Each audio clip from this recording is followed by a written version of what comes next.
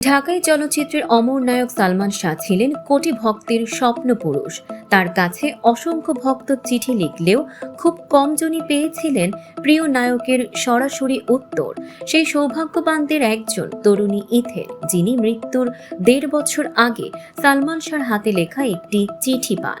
১৯৯৫ সালের ৮ মার্চ নিজের ব্যক্তিগত ডায়েরিতে ইথেনের জন্য সালমান লিখেছিলেন, স্নেহের ইথেন, আমার অনেক ভালোবাসা ও স্নেহাশিস নিও। তোমার চিঠি অনেক আগেই পেয়েছি, কিন্তু ব্যস্ততার কারণে উত্তর দিতে দেরি হলো বলে দুঃখিত। তিনি আরও লেখেন, মাসুম ভাইয়ের কাছে তোমার কথা অনেক শুনেছি। তোমার মতো একজন ভক্ত আছে জেনে আমি সত্যি আনন্দ পাই এবং গর্ববোধ করি। তোমাদের ভালোবাসাই আমার কাজের প্রেরণা। এই ভালোবাসা আমৃত্যু যেন আমার সঙ্গে থাকে, এই প্রার্থনাই করি। শেষে ভবিষ্যতে আবারও চিঠি লেখার আমন্ত্রণ জানিয়ে ক্ষমা প্রার্থনার সঙ্গেই চিঠিটি শেষ করেন সালমান শাহ। এই অমূল্য স্মৃতি ইথেন ৩০ বছরেরও বেশি সময় ধরে যত্নে সংরক্ষণ করেছেন, যা আজও সালমান শাহর ভক্তদের আবেগ তাড়িত করে।